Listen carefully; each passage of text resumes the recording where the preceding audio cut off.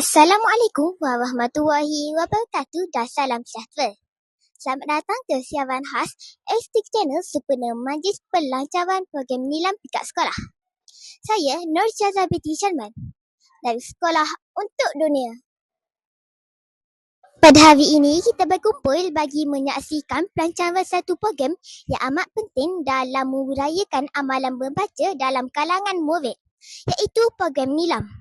Untuk mengetahui perjalanan program dengan lebih lanjut, teruskan bersama wartawan cilik kita, Nuzara Amani binti Muhammad Farid. Saya, Nuzara Amani binti Muhammad Farid, melaporkan secara langsung dari Aras 2 SK Seri Sila 3 bersempena Majlis Pelancaran Program Nilam Pikat Sekolah. Teruskan bersama kami untuk perkembangan lebih lanjut.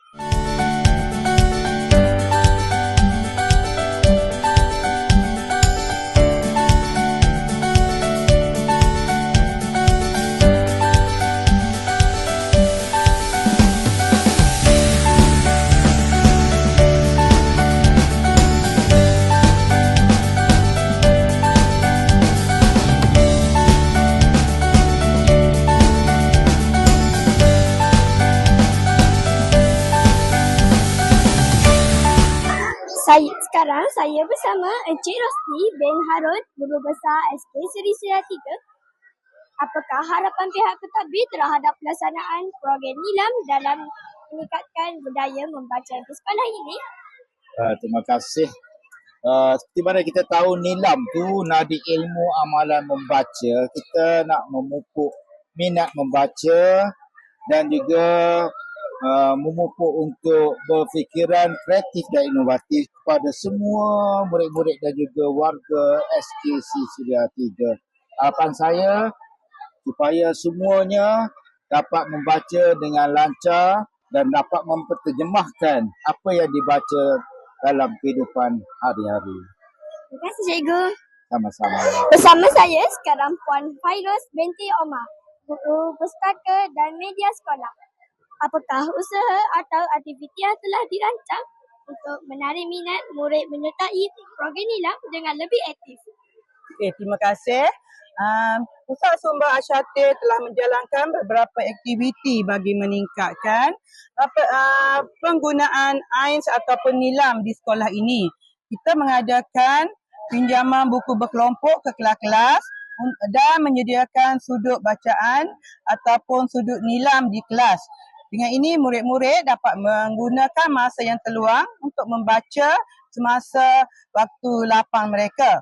Kita juga turut mengadakan beberapa pertandingan seperti resensi buku, bicara buku dan pembaca terbanyak untuk menggalakkan murid dan menarik minat mereka untuk membaca. Di samping itu juga, Pusat Sumber Asyatir turut mengadakan beberapa aktiviti seperti membaca selama 5 minit setiap hari dan mengadakan hadiah-hadiah kepada pembaca-pembaca yang telah mengisi terbanyak program AINS. Terima kasih, Cikgu. Apakah buku kegemaran kamu dan mengapa kamu suka membacanya? Saya menyukai buku cerita lewat kampus kerana dapat menambah ilmu pengetahuan. Terima kasih. Sama. Apakah buku kegemaran kamu dan mengapa kamu suka membacanya? Okey, buku kegemaran saya ialah komik edisi Solat 5 Waktu. Okey, saya suka membaca kerana membaca dapat meluaskan fikiran dan ini membaca juga dapat disemaikan oleh kanak-kanak sejak kecil lagi. Terima kasih. Sama-sama. Dengan terlaksananya Majlis Pelancaran Program Nilam pada hari ini, diharapkan program ini dapat menyemai minat membaca serta membentuk budaya ilmu dalam kalangan warga sekolah. Sekalum penghargaan dan terima kasih diucapkan kepada semua pihak yang telah bekerjasama dalam menjayakan majlis ini. Sekian, terima kasih. Jumpa lagi. Bye!